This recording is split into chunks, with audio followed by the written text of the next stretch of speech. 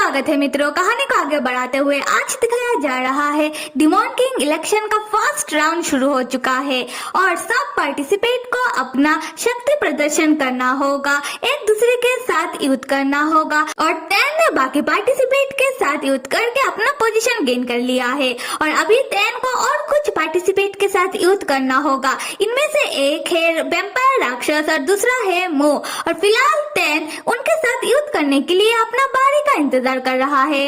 तब दो लड़कियां 10 के पास आकर पूछने लगती है कि 10 क्या तुमने सच में उस सफेद कपड़े वाले आदमी के साथ डाइवोर्स ले लिया?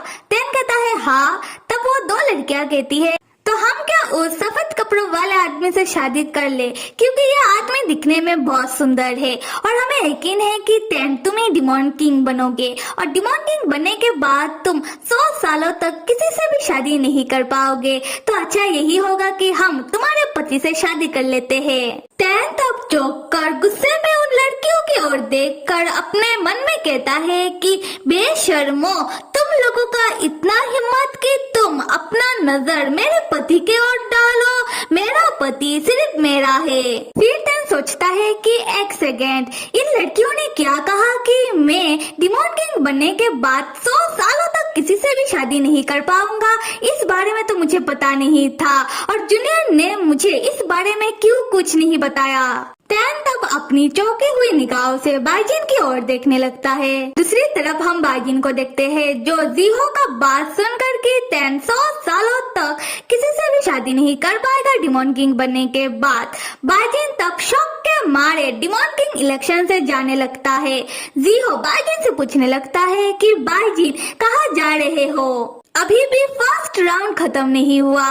10 का युद्ध बाकी पार्टिसिपेटों के साथ देखकर तो जाओ। पर बाइजिन जो जीहो का बात का कोई जवाब नहीं देता वो जाने लगता है और जीहो तब चौंक कर कह रहा था कि बाइजिन ऐसे क्यों बिहेव कर रहा है? मैंने तो अभी अभी बाइजिन का तारीफ किया, क्या उसे अपना तारीफ पसंद नहीं आया?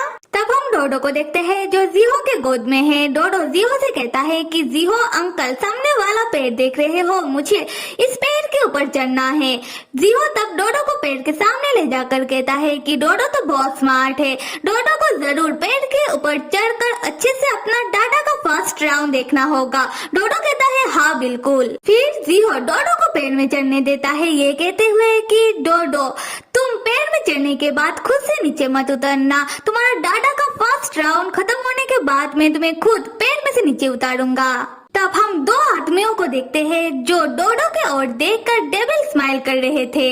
खैर जीहो तब डोडो को पेड़ के सामने छोड़कर खुद 10 का फर्स्ट राउंड देखने चला जाता है। डोडो तब पेड़ में चढ़ते हुए सोचने लगता है कि मुझे इस पेड़ में चढ़कर डाटा का फर्स्ट राउंड नहीं देखना, बल्कि इस पेड़ के ऊपर जो पंछियों का एक रखा है मुझे वो चाहिए। उसी वक्त एक मास्क पहना हुआ आदमी अचानक डोडो के सामने आकर कहता है कि हाय बच्चे। डोडो उस आदमी को देखकर डर जाता है। आते हैं 10 की ओर जहां डिमॉन किंग इलेक्शन के लिए 10 और वेम्पायर राक्षस के बीच युद्ध शुरू हो चुका है और न्यूज रिपोर्टर सबको खबर सुनाते हुए कह रही थी कि अगर आप सबको याद होगा तो पिछले डिमॉन किंग इलेक्शन में भी 10 और वेम्पायर राक्षस के बीच युद्ध हुआ था, जहां 10 ने वेम्पायर राक्षस को बहुत बुरी तरीके से पीट दिया था। और अभी की बात करें तो वेम्पायर राक्षस को देखकर समझ आ रहा है कि वो पूरी तैयारी के साथ आया है इस बात का बदला 10 से लेने के लिए और हमारा 10 भी कम नहीं है, वो भी बहुत शक्तिशाली है। तो चलो देखते हैं इस बार क्या होता है। खैर हम 10 को देखते हैं जो अपने राक्षसी अवतार में है और 10 और वेम्पायर राक्षस के बीच घमासान युद्ध हो रहा है। वेम्पायर राक्षस लड़ाई करते हुए 10 से कहता है कि संभालो मेरे वार को। 10 कहता है कि अभी मेरा मूड ज्यादा ठीक नहीं है, तो तुम मत समझना कि इस बार मैं तुम्हें आसानी से जाने दूंगा। इस बार मैं तुम्हें पिछली बार से भी ज्यादा पिटूंगा। तब हम जीहो को देखते हैं जो 10 का फर्स्ट राउंड देखकर सोच रहा था कि इस बार 10 ने बाकी पार्टिसिपेट को बहुत बुरी तरीके से घायल कर दिया है और अभी 10 को देखकर लग रहा है कि उसका मूड ज्यादा ठीक नहीं है। पता नहीं इस वेम्पायर राक्षस का भी क्या होगा। फिर जीहो उन पार्टिसिपेट की ओर देखने लगता है, जिनको तैन ने फर्स्ट राउंड में ही मार मार कर कचूमर बना दिया है और उन लोगों को अभी हॉस्पिटल ले जाया जा रहा है।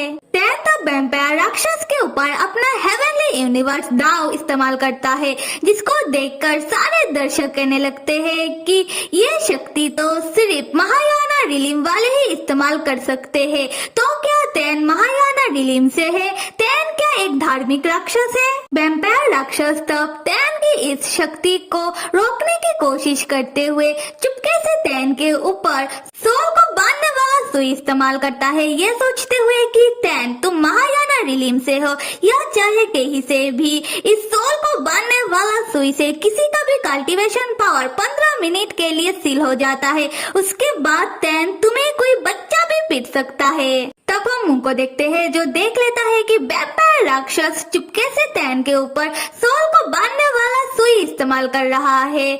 उसी वक्त एंट्री होता है जूनियर का। वो आकर भी देख लेता है कि वैम्पायर राक्षस कुछ अजीब शक्तियां तैन के ऊपर इस्तेमाल कर रहा है। वो चिल्लाते हुए तैन से कहता है कि सीनियर बच्चों, और जैसे ही सुई तब तैन को छूने वाला होता है, मुंह चुपके से अपना जादू को सुई में हिट करके सुई को तैन से दूर फेंक देता है। ये देखकर तैन चौंक कर सोचता है कि भाई ये क्या था। जूनियर तब दौड़कर तैन के पास आने लगता है और हम लियो को देखते हैं, जो जूनियर के पीछे पीछे आता है और दर्शक के बीच रुककर थक कर सोचने लगता है कि हे भगवान, मैंने जूनियर के ऊपर नजर नहीं रखा और ना ही मैं जूनियर को रोक पाया। जूनियर को अभी पता चल गया है कि इतने दिनों से उन लोगों के साथ जो मुंह रे रहा है वो और कोई नहीं बल्कि मेरा मास्टर मुंह है। मुंह तब जूनियर को देखकर उसके पास आने लगता है, पर जूनियर मुंह के ओर देखता तक नहीं। वो लड़ाई के बीच तैन के पास आकर कहने लगता है कि सीनियर, मुझे आप माफ कर दीजिए। आपने बिल्कुल सही पकड़ा था कि जो मुंह हमारे साथ इतने दिनों से रह रहा है वो मुंह ऐसा नहीं है जैसा वो दिखता है, बल्कि वो मुंह है जिसको हम इतने दिनों से ढूंढ रहे थे, जो आपके ऊपर हमला करवाया जा रहा था। तैन यह चौंककर सोचता है कि क्या ऐसा कैसे हो सकता है? मैंने तो मुंह को परखने की कोशिश की, इसका मतलब मुंह ने हमें बेवकूफ बनाया। इतने दिनों से वो जानबूझकर कमजोर होने का नाटक किया हमारे सामने। तैन तब जूनियर के सर में अपना हाथ रखकर प्यार से जूनियर से कहता है कि जूनियर, तुम बुरा मत महसूस करो, इसमें तुम्हारी कोई गलती नहीं है। एक काम करो, तुम अभी घर जाओ। फिर तैन मुंह के ऊपर भड़क जाता है और उसके ऊपर चिल्लाते हुए कहता है कि हे मुंह, तुम वही 500 साल वाले जो मेरे ऊपर हमला करवा रहा है वही मुंह हो ना। तुमने मेरे साथ जो किया है उसका हिसाब तो मैं तुमसे लेकर रहूंगा, और साथ में तुमने मेरे जूनियर के साथ जो धोखा किया है उसका बदला भी मैं तुमसे जरूर लूंगा। मुंह तब तैन की ओर देखने लगता है और दूसरी तरफ वैम्पायर राक्षस अपने मन में कह रहा था कि युद्ध के बीच में ये क्या हो रहा है? कोई तैन को बताओ कि हमारा युद्ध अभी तक खत्म नहीं हुआ। खैर, डिमॉन किंग इलेक्शन में आए हुए दर्शक जैसे ही मुंह के बारे में सुनते हैं, वो लोग तब मुंह के नाम का जप करने लगते हैं, मुंह के तारीफों का फूल बरसाने लगते हैं। लोग कहने लगते हैं कि क्या सच में ये आदमी वही शक्तिशाली मुंह है? हाय, हम लोग कितना लकी है कि आज हम मुंह से मिल पा रहे हैं। तैन तब सबके ओर देखकर चौंककर सोचता है कि मैं तो तुम लोगों का आइडल हूँ। तुम लोग कैसे अपने आइडल के सामने किसी और के नाम का जप कर सकते हो? दूसरी तरफ हम जीहो को देखते हैं, जो दर्शक के बीच में खड़ा होकर सबके मुंह का तारीफ सुनकर वो मन में कहता है कि ये लोग पक्का नकली फैन होंगे। फिर जीहो डोडो को बुलाने के लिए वो पेड़ के सामने जाता है, पर उसे डोडो पेड़ में कहीं नहीं मिलता।